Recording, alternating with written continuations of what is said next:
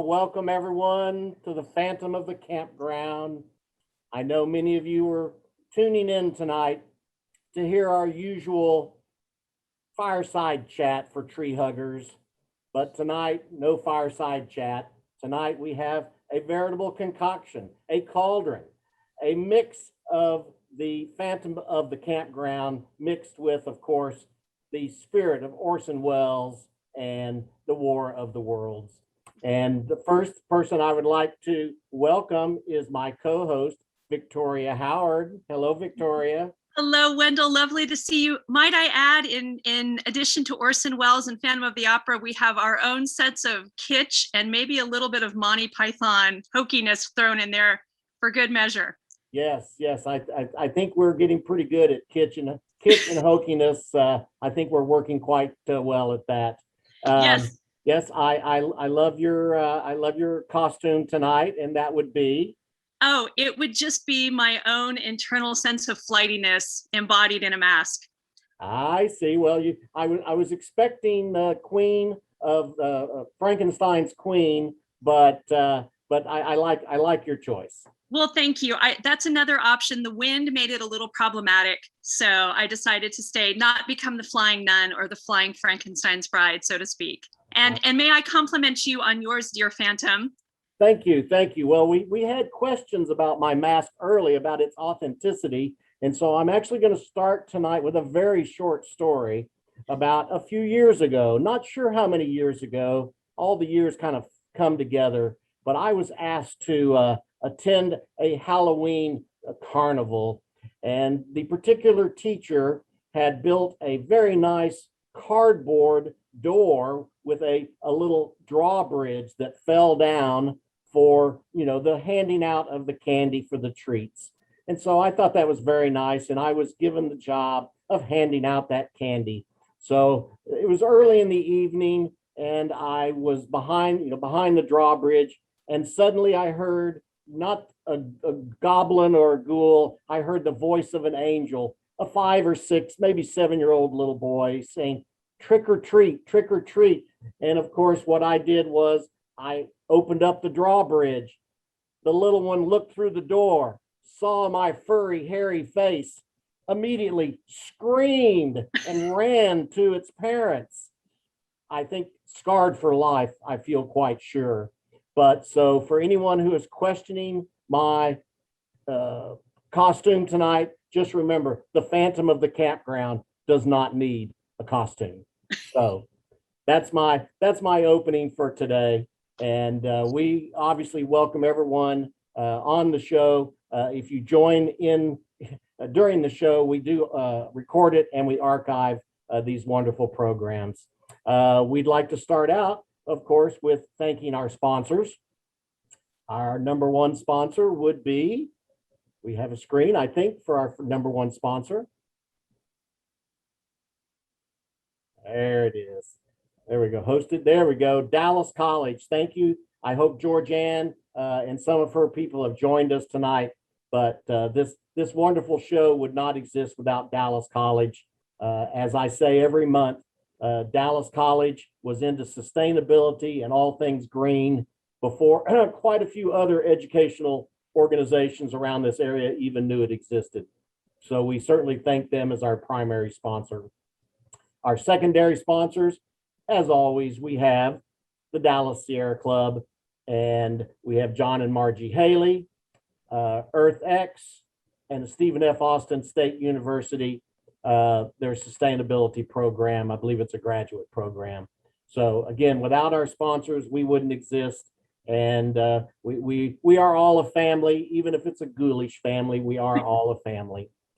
So we have a fun night for you tonight. We have some special guests we'll be introducing here in a second.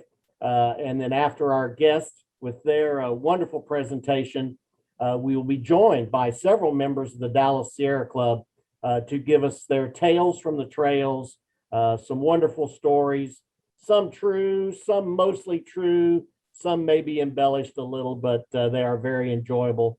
And then be sure to stay with us. Probably about 6:45 or so, we have a wonderful guest, Jeanne Robertson, who will be joining us from beyond the grave, from across the river, to give us a marvelous non-Sierra Club, non-Green Source view on camping and being in the wilderness. I think you will enjoy that. That will be the finale of the night.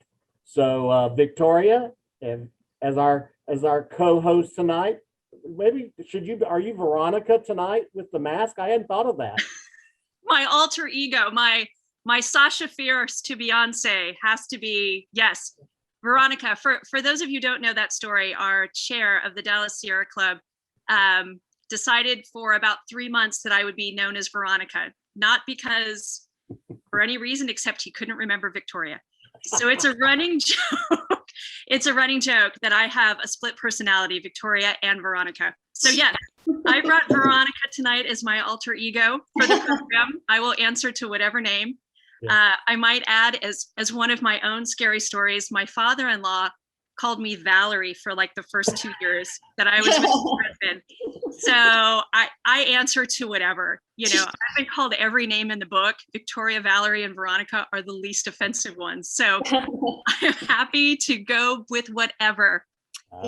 Certainly not with your sweet personality, Victoria. I can't ever imagine anyone saying anything bad about you. You are so sweet, but you don't live with me. So I was going to ask you about the Frankenstein family. If you were going to be Bride of Frankenstein, I was going to ask you about the Frankenstein family and how they're doing. Well, you know the family. You know that we're full of piss and vinegar and chutzpah abounds. So as an aside, Ian turns 16 tomorrow. Oh, my. So it is quite the bittersweet day for me. Yes. But thank you for asking. We are all well. Good. Well, I will let you introduce our guest tonight. Well, I am super, super pleased, both personally and professionally, to welcome our guests this evening. We've got Leah Patton, the Spider Queen, and Bill Freiheit. I hope I'm saying that correctly. Freiheit. I'm sorry? Freiheit. Freiheit. Thank you. I apologize. My mistake. From the Hentzi project. Welcome to you both. And thank you so much for being here. Can I start out with not only a question about how you got into your love of spiders, but also if you could talk a little bit about maybe the predominant species that we see in North Texas and why we need to embrace them rather than fear them? Just a moment, let me start the video. Oh, okay. Minor detail, yes. have to unmute. Click.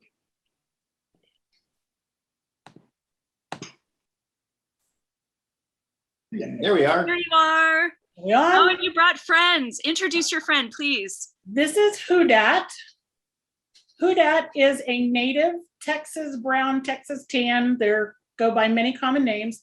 The scientific name for this is a Phonopelma hentzi. And you ask what type of spider is, or tarantula. They're not really a spider. They are related to spiders. They're commonly called spiders. What type of tarantula is native to this area? And for almost all of North Texas and even the edges of surrounding states and up into areas like Kansas, the Phonopelma hentzi is the predominant spider that you're going to see. There are some others that are in Arizona, some in New Mexico, some of the very southern part of Texas, the Annex, the Arizona blonde, Chalcodes is the Arizona blonde. But for the most part, if you see a tarantula out wandering on the road, it's going to be a mature male, a Phonopelma hentzi. Extremely rare if you're ever going to see a female, short of a catastrophic event like some of the winds or flooding that we've been having in the past couple of days. Or construction. Or construction. Yeah, construction to bring them out. So let me ask you, when I was a little girl, and I live around the corner from where I grew up in far north Collin County, at dusk, we would see the tarantulas come out of the ground, out of little burrows, and they would run across the yard, and we would sit on the porch and watch them. And then probably by the time I was 9 or 10, they were gone. Is that just because of development, even though we lived on 12 acres? Is it because of a climate change? Do you know what would have brought that on? For the most part, it's going to be habitat change, the use of pesticides, construction in the area. Even if the roads are being built up near to where the colonies are, and they do live in what we loosely term a colony type situation, they'll be in their little burrows about normally 8 to 12 inches, sometimes a little less, sometimes a little more apart. So every 8 to 12 inches, you might see a burrow. But the use of pesticides, the invasion of fire ants. Fire ants, yeah. Fire ants are a terrible detriment to these animals. It's all greatly decreased their populations. So Bill, can you elaborate on that? So fire ants are a danger because of the expansive colonies that the fire ants have, or are they hunters of the species that I cannot pronounce that you said, AKA tarantulas? Yeah, a Phonopelma hentzi. Say it 5 times fast. No, I'm just kidding. Hentzi, you can just call them hentzis. Hentzis, got it. Well, fire ants, they're pretty aggressive and they will mob anything that they think of as a food source. So it really takes a toll on like young spiders or even adults if they get down into their burrows. And there's really no defense. And of course, their stings, we all know what their stings are like. Right. Absolutely. Absolutely. Well, let me ask both of you, how did you discover your love of spiders? Is this something that has been with you lifelong, or did the universe plop it in your lap and say, here? Go ahead and do it. That was Leah. They had popped in Leah's lap. I had one as I guess it was an elementary school, but that was just by chance. Came across a male on the road. We used to see several of them back in the mid 70s. So I love all animals. My mother says I'm absolutely unafraid of any animal and often brought home stray everythings. And in, I believe it was my middle school year, the guy that had brought a tarantula to school and it lived in the science lab, his mother said, don't bring it home after summer break. And I called my mom and said, hey, can I bring a new pet home? She says, has it got a cage? I said, yes. And so I brought home Fang, which was a very large, mature female. And I had her for many years. She lived to be about 40 years old. Wow. After my husband passed away about 11 years ago, I discovered that tarantulas came in many more colors than just brown. He'd always said, no tarantulas in the house. Well, he wasn't there. And I discovered they come in orange and pink and purple and blue and stripy and polka dotted. And I kind of went a little overboard and got a whole bunch of tarantulas. By overboard and got a whole bunch, I mean, at one point I had 2,300. Oh my Wow. that my includes goodness. our babies, right? That was babies when we had 9 egg sacs one year, and it was overboard. Wow. Yeah, we would put the individual babies into little deli cups that went into shoe boxes, plastic shoe boxes that went into bookcases, and they lined the walls. Wow. Oh my goodness. What did you do with the babies then? Did you give them away or disperse them out? Yes. Well, Leah and I met many, many years ago, just in passing, and I saw her on Facebook with all these tarantulas. And at the time, I was working to raise awareness of the Louisville Lake Environmental Learning Area called Leah. And so I thought of this, and it was like, hey, this is a great opportunity to raise awareness out there. So I put together a tarantula adoption program. Wow. And so take me through that. If you adopted a tarantula, what would that entail? Did you take anyone off the street? Did you have to like pass a litmus test? No. No, mostly it was really directed at children. Yes. It went through the educational function at Leela, and so we put out an advertisement. This is a program that we were going to have on site, and they had to register for it. And each one of them got a certificate of adoption. They got to come out and hold their little bitty spider, as you see in the picture right there in their cup. And then Leah would teach them all about tarantulas and the ecosystem and the ecological decline. So that's how it went. Then they got to take them out and release them. So nobody really went home with a tarantula. We were trying to, well, all right, except for you and me, because I still had at that point 1,800 tarantulas. But the point was to try and repopulate an area where we knew that they had completely been eradicated. Yeah. Now that's a wonderful, let me follow up with that. Do you still do that type of repopulation for areas that are lacking? It's a long-term project. Now, like I said, Fang, who was my first tarantula, lived to be over 40 years old. This tarantula here on my hand, we are almost certain is a little male. I don't know if the camera will focus on him if I bring him any closer.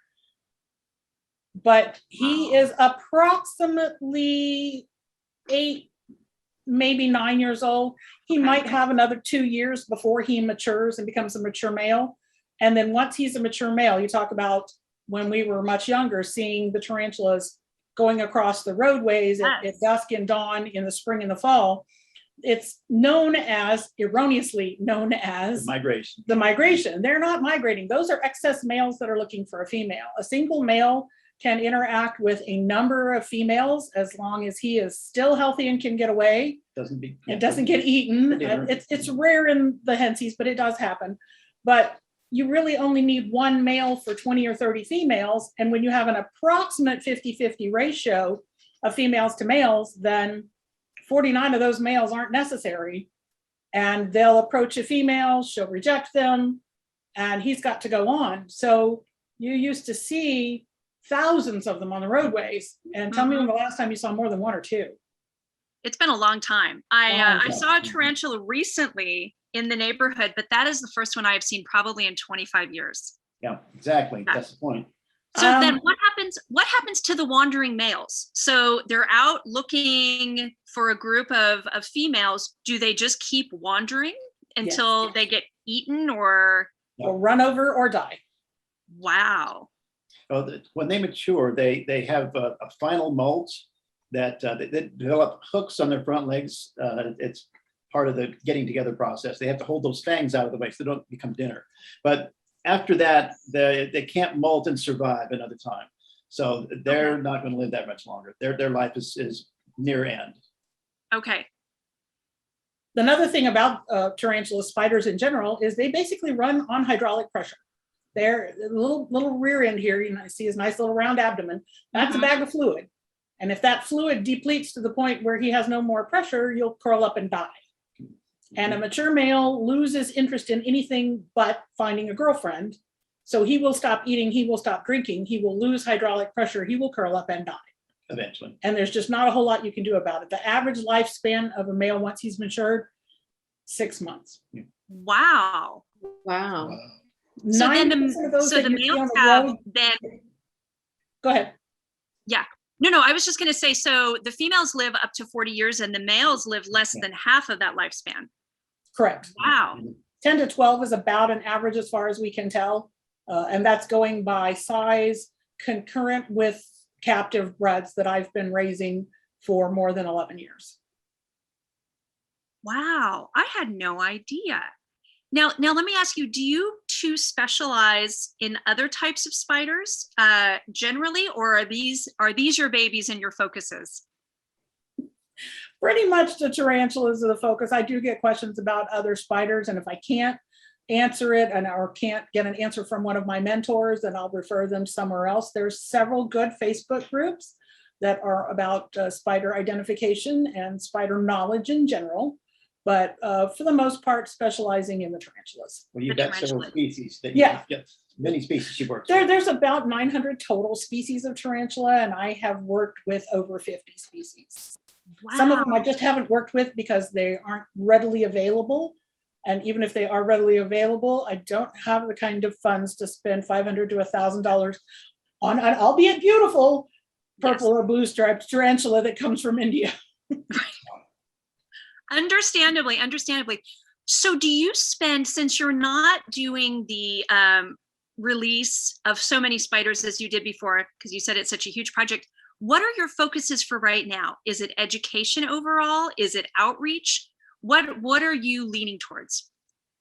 Exactly, outreach, education, and rescue. My daughter and I just lectured this last Friday at the Texas Master Naturalists Convention. We did a presentation and a question and answer session on the tarantulas in general. Did they survive the freeze? That was our big concern. Mm-hmm. We do rescue. I get notes from people on Facebook connecting up. Does it help? There's a spider under my kitchen sink and I'm terrified of it. Can you come help me get it out?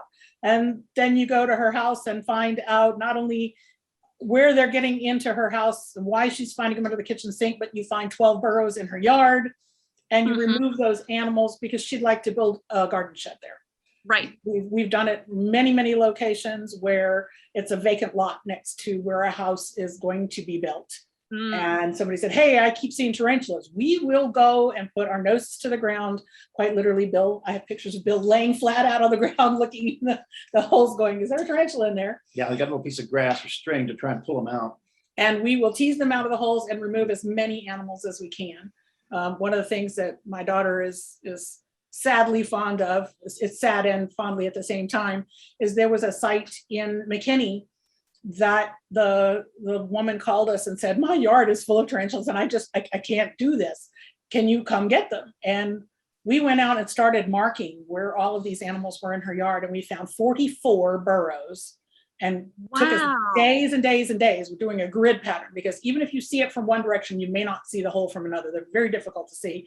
The slide you have up right now is actually a wild tarantula that's a little smaller than the one on my hand, but that's a wild tarantula at its burrow. So you can see the burrow right behind it. And see how tiny that hole is. And we worked for weeks and we managed to get 22 of the 44 out. The next week that we went out, they had parked heavy equipment in the yard and obliterated the remaining burrows. My daughter and I went back a month ago and you wouldn't even know. We drove right by it and went, wait, oh dear. So they had built a parking lot there. So we managed to save half of them. I wish we could have done more. Yeah. That is amazing. And do you know what was it that attracted them to that specific property? Just that it was available? They had probably been there longer than there had been anything built in that area. Yeah. That population could have been there 500 years. It could have been there 200 years. All it takes is one gravid female to move into the area, lay her egg sac and let some babies go.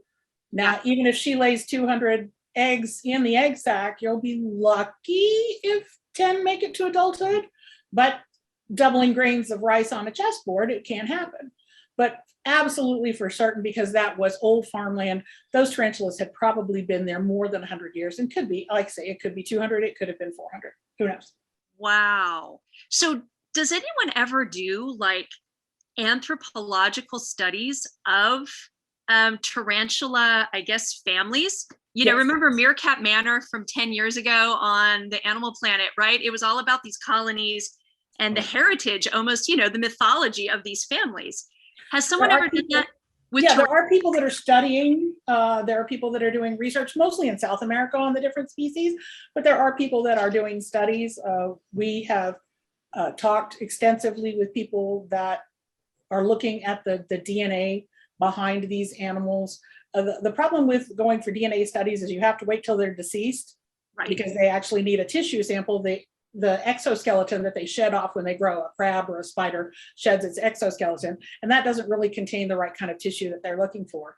So we have submitted samples. Also, there's a really good book. If anybody's interested at all, I'm going to go ahead, if I can, and plug the book. It's called The Tarantula Keeper's Guide by Stan Schultz.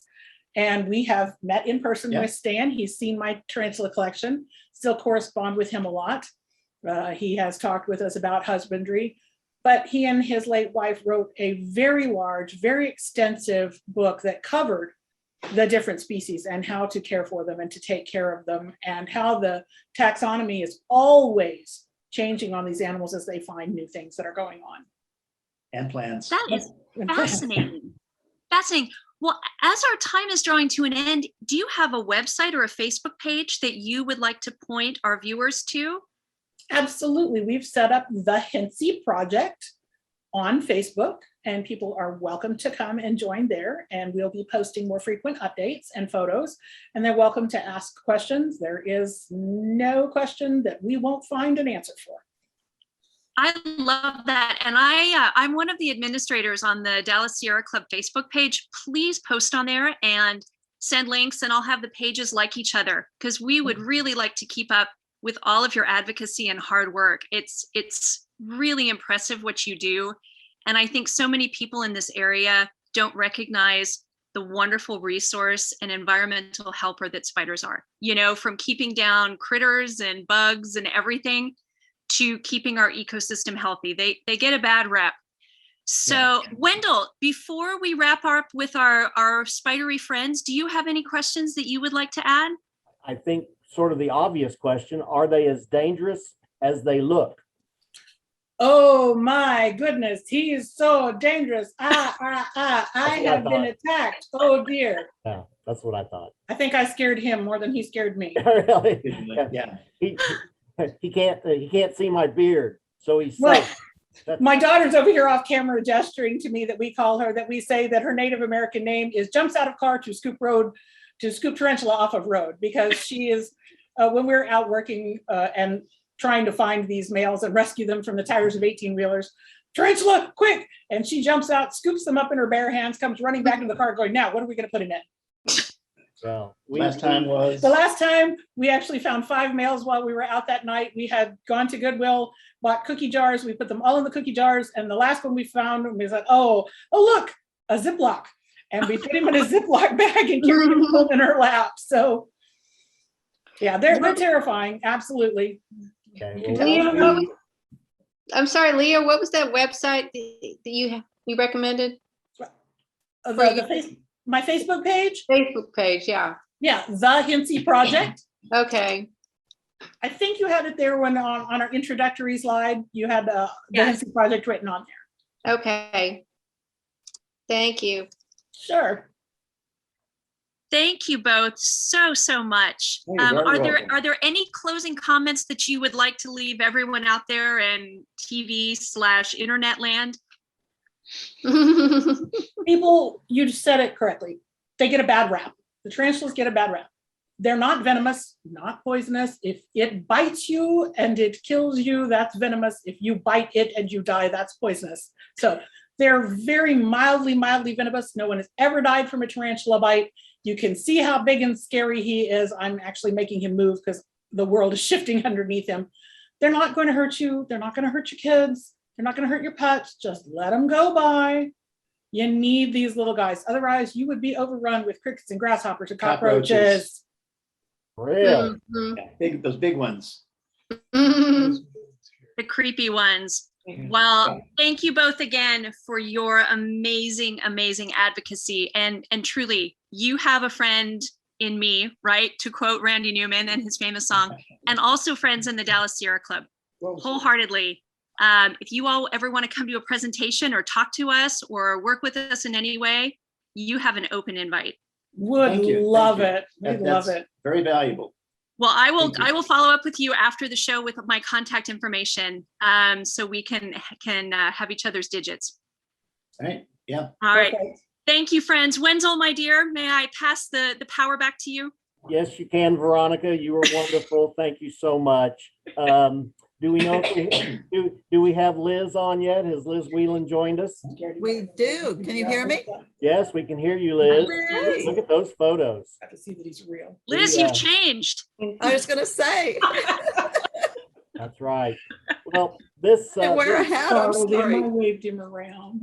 and thank you to Carl Thibodeau and Julie for these awesome graphics What am I gonna do? I gotta Yes. stick my hand. that they have put on here. They have, First time you've had this they've problem. gone way above and beyond for our graphics tonight. We had The, gone to, it was still the Dallas Aquarium at that point. Oh, we still got, I think we still have Leah on, Hey, on- okay. The National History Museum, but they were connected. there we go. All right. So, and thank you to them for sure. The next portion of our program actually was born up at Beaver's Bend a couple of years ago when we did a Halloween program, and we had various Sierra Club members tell some of their stories. And we're just going to go with a few stories tonight. We actually have lots of them, but what we would like to do is actually start out with you, Liz. I think Oh, by way of introduction, Liz is a serious butt-kicking backpacker who has backpacked and camped all over the country, and she's done solo backpacks for multiple days up at Isle Royale National Park, and she has a couple of wonderful little stories, and we would like to turn it over to Liz to at least tell us one of those great stories. well, thank you, Wendell. This is one of those not made up, just experiences in nature that are unexpected and kind of are fun afterwards, but scary in the beginning. So probably the first one I'll tell, I did a road trip many years ago, told my relatives, family, I'd be gone about 4 weeks, and I was gone 4 months. Went up through the Northwest, Canada, Alaska, and around, but I came back in. I'd always wanted to see the Pacific Northwest.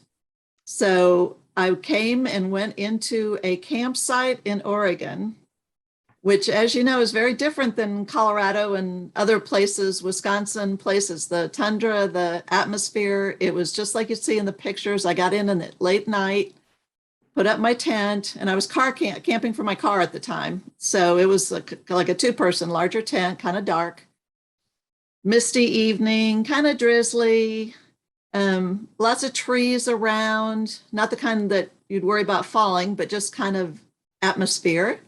And I grew up in Illinois, northwestern Illinois. So I was used to the tree shadows coming in through my windows at night. When I was a kid, that was kind of, I'd like to watch them dance. But I had been on the road, I'd been hiking all day, got in the tent, was kind of falling asleep, kind of hearing the rain, dozed off for a while and kind of woke up. And I started seeing things crawling on my tent. And these were big things. And I thought I was dreaming. So I kind of started like literally trying to wake myself up, thinking, okay, it's just a bad dream, you're tired, whatever.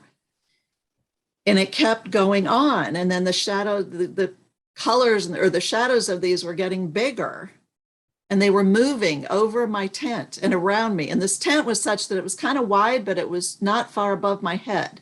So I felt like I was being encased in, these snakes that were crawling and covering my tent. And I thought, well, this is Oregon, that shouldn't be happening. So kind of finally tried to kind of beat on the tent a little bit, and I'm still seeing different lines, different creepy crawly things. Finally went back to sleep. I knew my tent was secure. It was all zipped up. Whatever they weren't going to get in. They hadn't gotten in my sleeping bag. I checked that just to make sure. And around my thermarest, I kind of just double checked because I don't do snakes.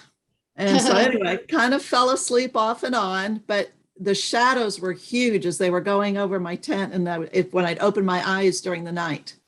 So lo and behold, I wake up the next morning. I kind of gingerly open the tent, the door. It looks clear, nothing on it. So I get out, go out and look back. My tent had been covered with giant banana slugs, Ooh. No. which because of the moon and the shadows and all of this, and then the trails that they left. I still had about 50 to 75 on my tent that morning, which took about a half a day to get them off and to get the trails washed off, because they leave this nice little squiggly trail of sappy kind of stuff. I'd never been to the Northwest. I didn't know what a banana slug was or what it looked like, but it was just one of those lessons where a lot of times things in nature you shouldn't be afraid of. It's fun to explore and find something new. But for several hours during the night, as I'm hearing the little drip, drip, drip of the rain and hearing the trees sway back and forth, it kind of scared the bejeebies out of me for a while. I will admit, I kind of was afraid to completely go to sleep because of the shadows and how big, and they're a good 8-10 inches. These are the big ones in the Pacific Northwest. So when you get, I must have had at least 100 of them on my tent, because to have that many on my tent that morning, and with all the trails that I saw crisscrossing the whole tent. So anyway, that was my creepy crawly tent story of what can happen in nature that you have no idea. Hey, Liz, I wonder what attracted them to your tent. I know. I don't know. I was kind of one of the only ones around. It was late in the fall. I really don't know. It's not like I ate in the tent, and I don't know, other than the fact just that it was a smooth surface. From what I understand, they like to go over smooth surfaces versus the ground, or maybe I was in their way, but it was just out in the middle of the woods kind of thing. I didn't realize how hard it is to wash it off your tent, because I'd get one part clean and then they'd come up over on the other side. So I finally had to do it in quarters and put the tent down and roll up the quarter that I had cleaned so they didn't get back in on it or get back on it. And so then I'm kind of holding that down and then doing another quarter of the tent. And then the next couple nights where I had to put the tent up and dry it and make sure and clean it off again a little bit. But that was a real unexpected experience in nature that was certainly creepy crawly. Liz, you were talking, but did you see Kirk, our pun master's comment? I didn't. Yes, that you were watching the slugs intently. Ha ha. Ha ha. Thank you, Kirk. See, And the fun thing with slugs is they kind of go in and out. They like pull themselves. It's almost like not an inchworm, but they wiggle. They don't go in a straight line. So they may curve as the kind of like this as they're going and attaching. So anyway, that was fun. And it was a spooky, foggy, drizzly night out in the middle of the woods by myself. And I was by myself. So anyway, it was fun. It turned out to be fun, but not so much at the time. Okay, well, I think you have a second story, if my memory serves right. Give us your second story. Okay, second story, a little more recently, but as Wendell mentioned, I like to go up to Isle Royale National Park, which is an island in Lake Superior, about 5-6 miles south of the Canadian border. When you're on the North Ridge and look across, you can see Canada. So way up yonder. I like to go at the end of the season before the park closes, but when there are very few people. I was by myself. I'd hiked in. I had a new backpacking tent that's just a solo person. So small tent, not very wide, kind of just above my head. Had a fairly good night's sleep. And right as it was not light out, it was kind of that in between as the sun was going to be coming up, but just a little bit of light. I started hearing sounds around me. And then we're getting closer. And I'm used to the animals up there, but this kind of was getting a little bit closer, and I knew it was fall, so it was the rut season for the moose and for some of the other critters around. So I kind of just thought, well, that's okay, I'm used to this. But it kept coming closer and then closer, and they usually just will walk around your tent or go down to the water, the lake. So all of a sudden I hear a branch kind of snap and one corner of the tent move. And then I started feeling, and all I could think of is to say like fuzzy, but big, a pressure in slow motion coming down, pulling down the head part of my tent to the point where it hit my head and I turned my head sideways on the pillow. So that pressure of this is what happened.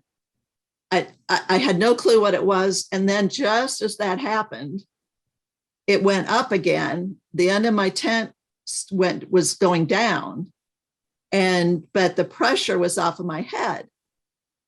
So I kind of, caught my breath and got my heart started again, and just waited because I didn't know what was happening. And about probably a minute or two later, I heard this voice outside say, "Are you okay in there?"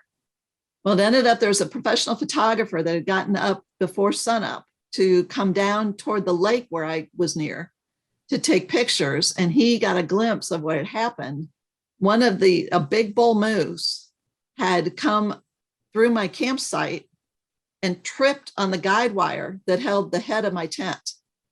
And as it tripped on the guide wire, it came down and he said one knee, it caught itself on one knee when it was the pressure on my head, and then stumbled back up and went around the tent and down to the lake. And at the time I thought, oh my gosh, my obit is going to read, backpacker scrunched by moose. And I thought, that's not a bad way to go. I could live with that. There are a lot of things you could die from, but it was that close of the pressure of this thing coming down on my head. And like I said, just enough because I was on my back sleeping. So it hit the forehead, but then it turned it to the side, just as it then caught its weight to come back up. So I love watching the moose. That's one reason I go there, but that was a little close for comfort. Little close. Yeah, at least you were not in bear country, were you? I was not. That's one beauty of going up to Isle Royale. There are moose and wolf, which I've been fortunate enough to see and hear both. They're fox, they're snakes, but they're not poisonous. They're bugs, but they're not poisonous. So unless you fall and trip, you're okay. You're pretty much okay. Good. The moose. Okay, Kirk, now I see it. Moose. Thank you, Kirk. Anyway, I think the beauty of it is just that in nature, there's so many wonderful things. And a lot of for the outreach program, I take kids from the inner city that have never been out, or the underserved kids, and they're afraid of the woods. But yet when we give them an idea of what they're hearing or what they're seeing, we take them out at night. It can be a lot of fun, and they love exploring. That you just kind of have to figure out what it is first before you have it next to you or on top of you. So anyway, those are my Liz, Liz, I'm sure you know that in Native American culture that you have totem animals and that animals appear, in your life with messages. Did you ever look up what a moose signifies in the Native American lore and what slugs signify? I have not. That's a good idea. I don't think so much of moose being in Native American country, but I'm sure they are. And because I think Native American more the Southwest and like the Dakotas and everything, but they're up. I'm from Illinois, and I'm from a town named after Chief Illini and state, and had a state park that was named Blackhawk for Chief Blackhawk. So I definitely, I like that idea. I'm going to have to see. I may have to change my trail name. That's a good one. Hey, Liz, make sure you put in the whole story, not just that you had an encounter with a moose, but that a moose nearly sat on you. I think that might give you some kind of different outcome. I was hugged by a moose. There you go. I love it. Thank you, Liz. Did Arthur join us tonight? Do we have Arthur? I don't know. Second. No, I don't see him. All right. Well, I'll give a very short version. Arthur also told a wonderful story. Unfortunately, very tragic, where they came upon a deceased person up on the Buffalo River, I believe. Wow. Yeah, they were canoeing. Yeah, that was obviously pretty sad. But for those of you who are interested in this type of subject, especially at Halloween, be sure to get Edward Abbey's Desert Solitaire. One of his greatest essays of all time is The Dead Man at Grandview Point. And the moral of that essay, along what Liz is saying, is that, you know, if any of us are fortunate enough to die in the open, you know, like a coyote, like a wolf, you know, like a vulture or whatever, then we should consider ourselves very lucky. Mhm. So, but yeah, that's a good story that Arthur tells. Well, that I'm- was, yeah, I was just gonna say, that was a limb of a tree that they had seen, they were canoeing toward. Oh yeah, And they, it turned and they out to just be a kind of body. thought it was a limb and a branch and whatever. And as they got closer, they thought maybe it was an animal. And then they got closer and found that it was a body that had wedged in between in the branches. Wow. Yep. So like I say, sometimes being in the wilderness can be a little scary. I have several stories, but I think I'm only going to tell one because we want to get to our finale here with Jeanne Robertson. And the story I'm going to tell is one that I've told a few times, but I'm going to tell it again because it involves Liz and a lot of other Dallas Sierra Club members. We used to have a family camp out every fall at Beavers Bend State Park in Oklahoma.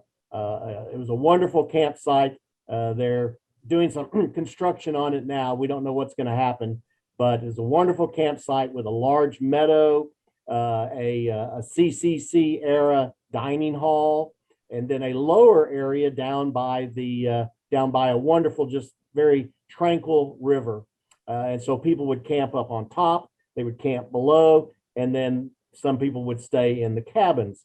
But on this particular night, we had our evening meal and had been hiking all day and we were tired. I probably hit my tent about 10:30 or so. Perfect evening, stars, a few clouds. And just as I was going to sleep, heard just a very faint rumble of thunder in the distance, but you know, didn't think anything of it. I knew I had a good tent. I had put my rain fly on. Some of you have heard my story of no rain fly down at Padre Island, but that's another story. But probably about an hour into my sleep, not only was the thunder rumbling, but the lightning was hitting, and it got worse and worse and worse. And I'm sure we got 6 to 8 inches of rain that night. The storm lasted 4 hours at least. And so I was the chair of the Dallas group at that time. And I was very, very concerned because the lightning was coming down in this canyon area. And I thought sure that one of our campers would get, you know, zapped. It was a serious situation. And I was very concerned about it. The lightning, you know, at a certain point after a couple of hours, I looked out into the sky and I will tell you, I think I saw the 4 horsemen of the apocalypse up in this thunderstorm. It was by far the most terrifying thunderstorm that probably I've ever been that close. And of course, you feel more vulnerable because you're in a tent. So, and like I say, at least 6 to 8 inches of rain over 4 hours, just an amazing storm. And the story that all of you Sierra Club people will be able to relate to is by the next morning, you know, the sun was out, of course. I peeked out and I said, you know, I've got to go find out, make sure everybody's okay. Because I started thinking about all those people that were camping down below, the people that were camping down below by the river. Of course, I had visions of our entire half our Sierra Club, you know, washed away in some kind of tragedy, how I was going to explain that one. But I get there, I see that everything looks like it's all right, except one family had their tent had collapsed on them. And it you know, you knew that it had been a bad night. And of course, I came upon our good friend, all of us who has moved away, Bill Greer. We all know Bill Greer and his dry sense of humor. And I said, Bill, I said, you know, what happened? You know, is everybody okay? Did you get washed away? And he looked at me in his own typical Bill way, and he said, storm? Yeah, maybe, Wendel, but you know something? I slept all the way through that storm. And so we've all had our experiences in the wild. Some of them scary. That was one night that I will never forget. And so, but we appreciate all of you being here tonight. And our finale is a tribute to a very special performer that I just learned about recently. Her name is Jeanne Robertson, and Jeanne Robertson is a professional speaker, and she is especially special tonight because she is speaking to us from beyond the grave. Poor Jeanne passed away not too long ago, but her humor and her observation on life and her observation on camping and being in the wild will be a good finish for tonight. So, Carl, if we can roll Jeanne, I think everybody will, everybody will appreciate it.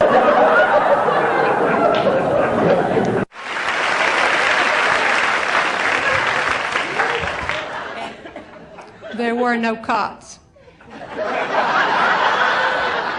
They discontinued the cots and they didn't update the website. We had little thin bed rolls to be on top of, and the first night I said, I can't get comfortable with this rock under mine or something. Left brain said, we're in the middle of the Grand Canyon. What did you think you'd be sleeping on, a marshmallow? Well, of course we're in the rock. But we had these little white tents, 4 feet high by 4 feet by 6. Left brain 6'6", I'm 6'2". They had a little, first of all, you had to even put it up and down twice a day with your spouse. Matched up color of this and put it over. They had a little zippered door. A little Shetland pony couldn't have gotten into that. First day we said, how we get in this thing? If we crawl in, we take this sand, and we got that all night. Finally I said, just come on. Follow me, left brain. We're going. We got it. We got it. We got it. Get in. You get in. All right, you in? He said, yeah, now what do we do? Get out. I got a Charlie horse. Get out. Get out. Get out. But the night I want to tell you about is the 5th night. We had not bathed in 5 days. We had not washed our hair in 5 days.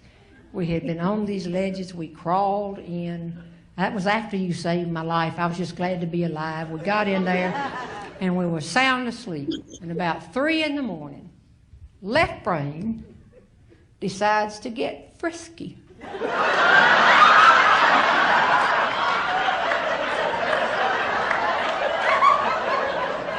And he started kissing me on the neck. Now, every couple has its signal. With us, this is it. And I thought to myself, has he lost his mind? Has the mud seeped in through his ears? And I reached up to just push him away, and it was a lizard.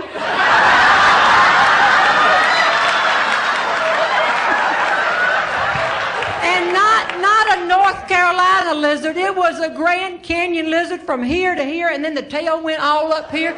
I screamed, woke up left brain. He forgot where he was, and stood up in the tent. Took a 4-foot-high tent all the way up, threw me down into the bottom with this lizard. The tail would hit me in the face. We couldn't find our flashlights. I tried to go this way, pulled him down over here. We looked like an amoeba moving around in a petri dish all around the campsite. They put on their flashlights, started coming out of their tents, coming over to see, and we're going in every direction. It looked like the Michelin tire man was fighting the Pillsbury dope boy. And they circled us with their flashlights. And then came the understatement of the trip. Al Walker says, y'all need some help? Get the thing open. He finally got it unzipped. The first one out was that lizard. He was gone. The next morning at breakfast, everybody's talking about what they thought, what they saw, I said, well, wait a minute. Left brain and I just want to know, what took you so long? You could see us fighting each other, looked like a popcorn thing had blown up inside the microwave, moving all around. What took you so long? And Al said, well, you remember what Sparky told us the first day? A couple's tent is like their private home. If the tents are rocking, don't go knocking.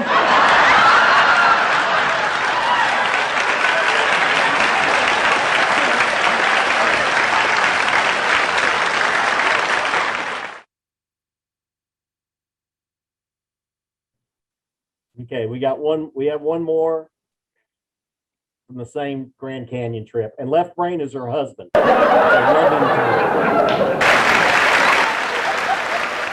now you can see that we consider ourselves athletes, but we're not going to bungee jump. You're not going to get a Christmas card from us skydiving in tandem, with a helmet on our head.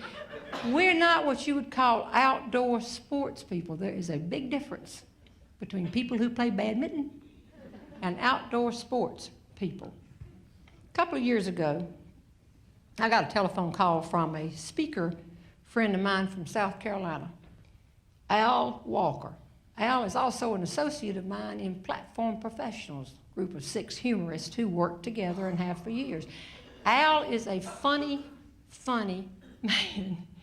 He's so funny that I thought he was joking in the phone call because he was calling to ask Left Brain and me to go on an 8-day whitewater rafting trip down the Colorado River through the Grand Canyon. The trip was to take place 2 years later, made it last August. I do not know what made me do this, but without batting an eye, I said, Al, you put the Robertsons down, we're going. We finally did gather at the river, and when we saw it, even the Baptist group quit singing in the middle of the beautiful. Oh my goodness. It wasn't a clear, cool Colorado River. It looked like chocolate milk swirling around. You wouldn't have bathed in this water. You wouldn't have put your dog in this water. You wouldn't have put your foot in there. It would have stopped the whole thing. And finally somebody said, is this the Colorado?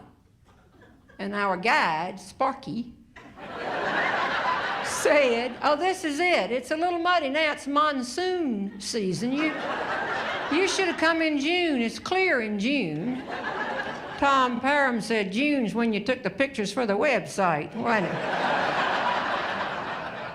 I finally spoke up and said, Sparky, is it going to be like this all 8 days? And he said, well, Jeannie, I could lie to you. Left Brain standing right behind me said, if somebody hadn't lied to me, I wouldn't be on this.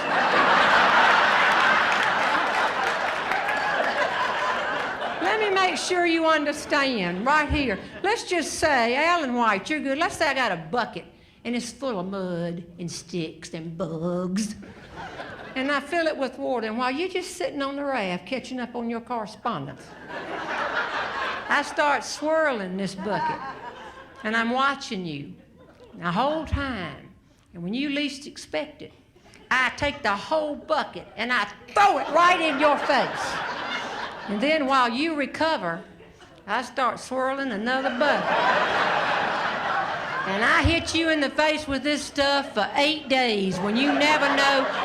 The first time it hit us, people said, oh my goodness, that was something else, wasn't it? Hand me that towel. This thing messed up my outfit. Hand me that towel. And this thing comes, you by the second day, you see it coming, you turn your head and duck. By the third day, you don't even do anything but pause in conversation. Yeah, our son graduated from Elon, slap, University. You just keep right on going. But interestingly enough, that wasn't the only thing that happened. We drew straws, and every so often some people had to sit up in what they call the bucket or the bathtub. This meant you really got it tough. And one time, Left Brain was here, and I was here, and one of our new Baptist friends from South Carolina was right here, and Sparky stopped the raft. And he came up and said, we're getting ready to go over a rapids where you will drop 20 feet. For a few seconds, you will be completely submerged. There are ropes on either side of you. Grasp those ropes. Do not let go. If you let go, you will be swept off the raft, and we will pick you up downriver. And then he left. Left brain said, what'd he say? He said to hold on. We went down, and have you ever just dropped 20 feet? The water came all over us. We were holding on. You couldn't see any sunlight. And when we came up, I couldn't breathe. I couldn't talk. And I nodded at Left Brain, I'm alive. He said, I'm alive. And I turned to my new friend on the left. And I said, I don't think I've ever been through anything like that. And she said, you're not a Baptist, are you?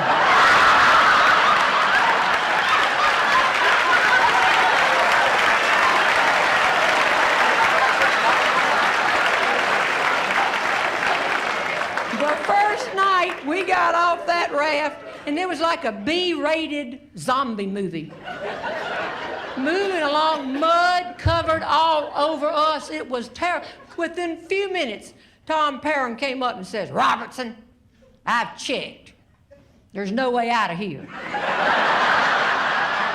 We're stuck on this river for 8 days, 227 miles. But I'm gonna be nice about it because I want to keep my sense of humor about it. But when we get home, you better know I'm gonna burn down your house.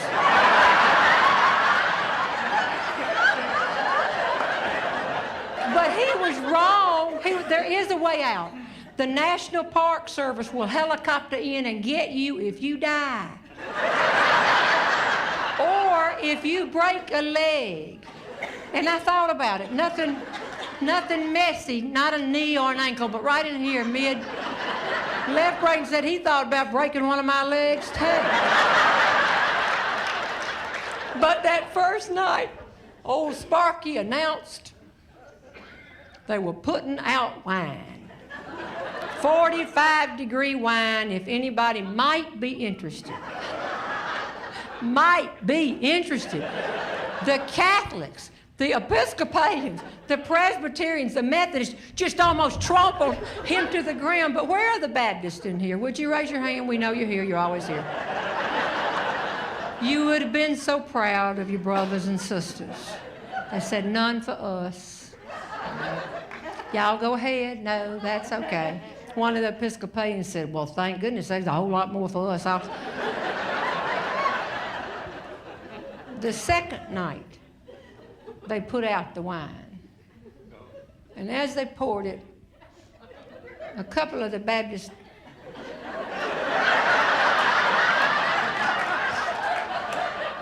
just started coming over, and one of them said, is it real cold? The third morning, we saw the whole choir section huddling with Al Walker. I said, what are they up to? I don't know, they've got a new song, I guess. A minute, Al took his cup and raked it across the rock and said he had an announcement from the Baptist group. From this point on, what happened on the river stayed on the river.